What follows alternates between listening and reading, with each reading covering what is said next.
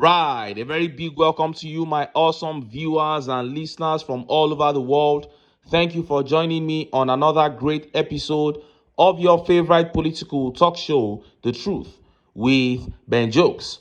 Bandits invade another Kwara community, abduct women in Bishewa village, Lafiagi, Emirates. Now, if care is not taken, Kwara State will fall to terrorists soon, because I have people living in Kwara State and the reports coming out of there are so terrible. The people I have are living in the state capital, Ilorin.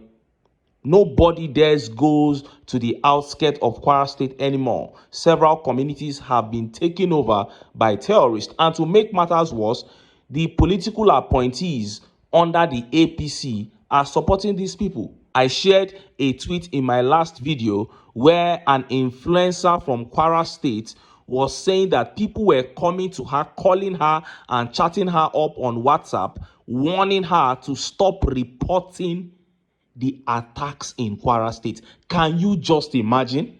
Somebody is telling her to stop reporting what is happening in Kwara State, and these are APC members. This is why I keep telling you that the APC is the chief sponsor of terrorism in Nigeria. And if Nigerians don't end the APC, I am sorry to say, I am not being pessimistic. If Nigerians don't get rid of the APC, this insurgency and terrorist attacks in this country will never cease. They will only get worse. Now, let us look at the top stories. First is that one coming out of Aso Rock. And when you see this update, you will weep for this country. And next is that one coming from the Canadian government and the US government. Tinubu has now been put on a very hot seat as his failure is now tending towards being seen as an international crime. Let this man not end up in the International Criminal Court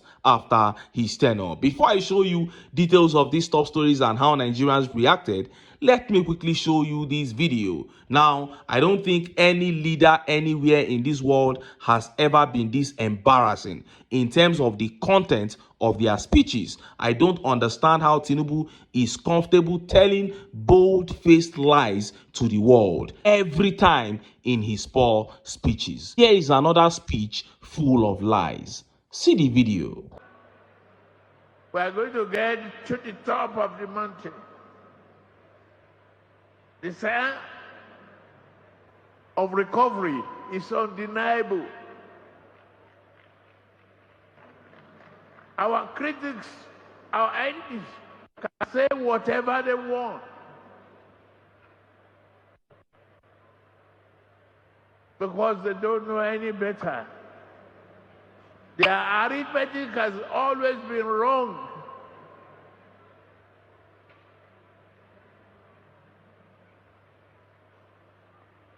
We understand financial engineering and progressive methodology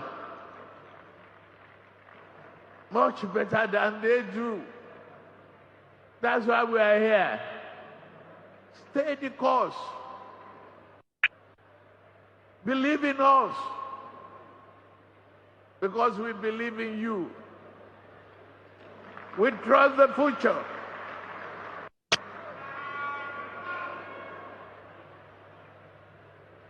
Today, headed by true federalism, there is no state governor of the Federal Republic of Nigeria that is borrowing money to pay salary.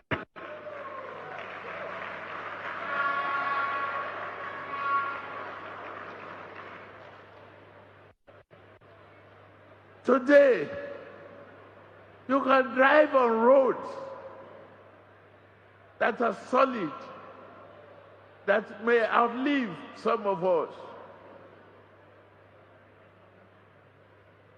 You can dream big. Today, your children are in school. No child should go to bed hungry and not able to study in the university.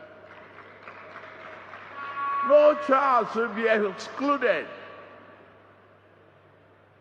from being able to pass and be admitted for higher education.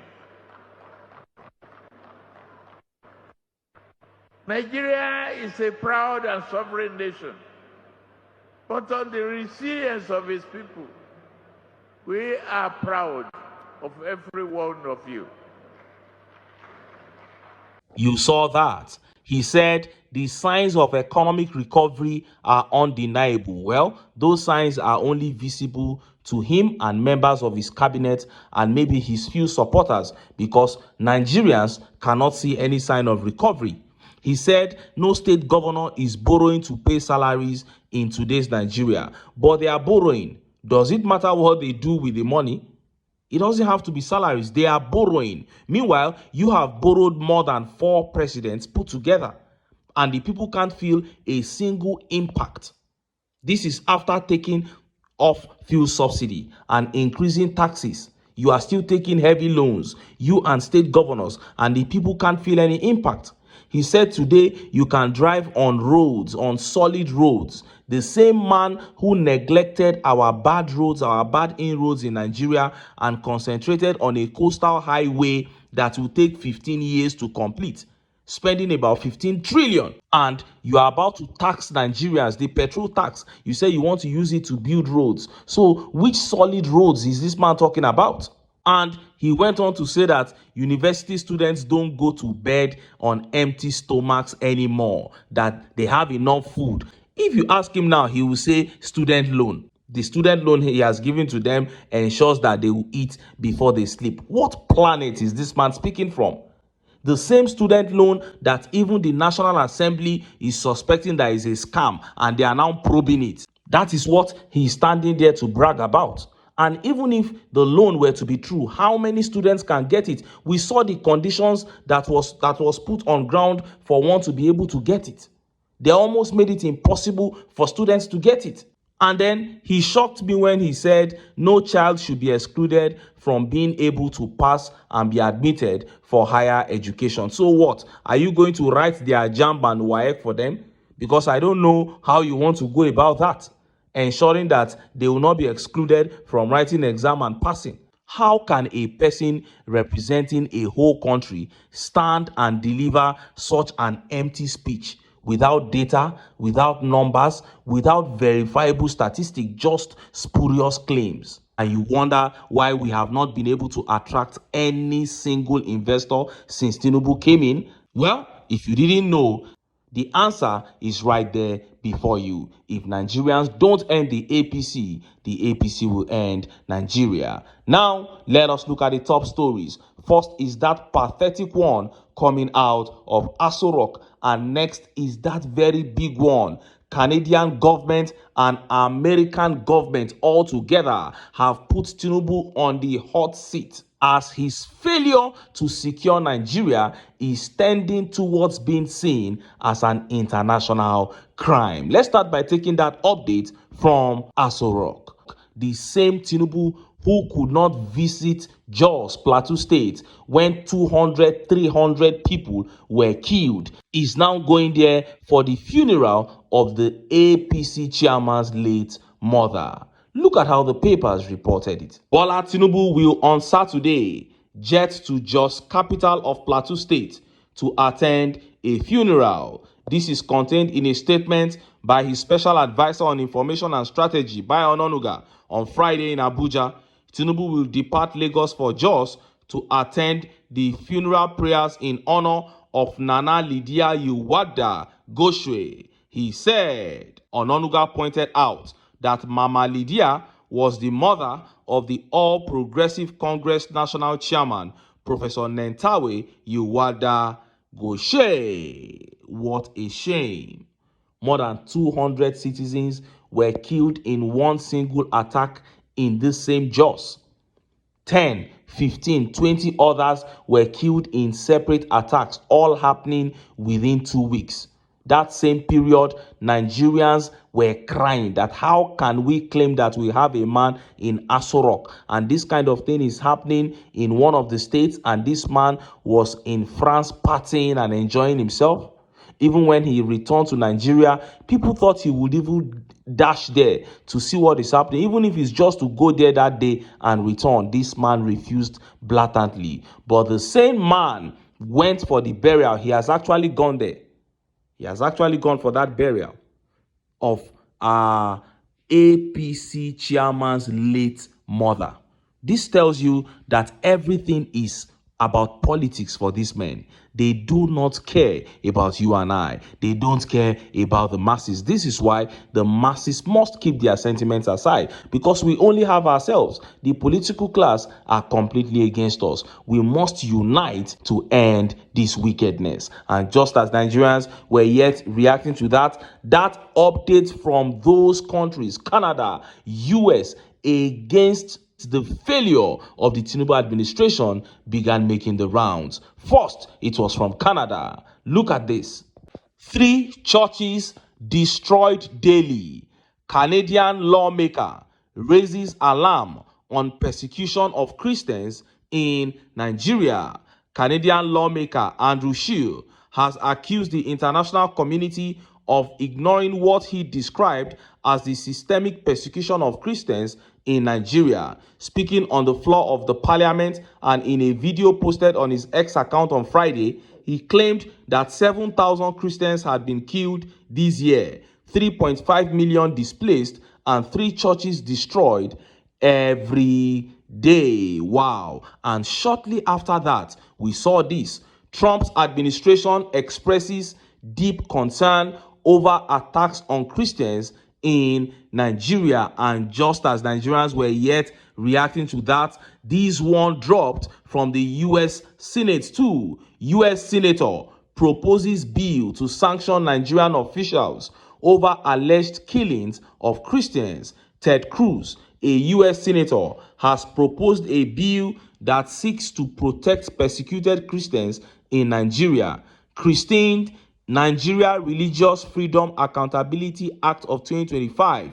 The legislation seeks to hold Nigerian government officials accountable for facilitating the mass murder of Christians. The development comes amid growing fears globally about rising anti-Christian behaviors in Nigeria. On Friday, Cruz doubled down on the need for his bill, insisting that it is vital in addressing the concerns. And this was where he hit the punchline.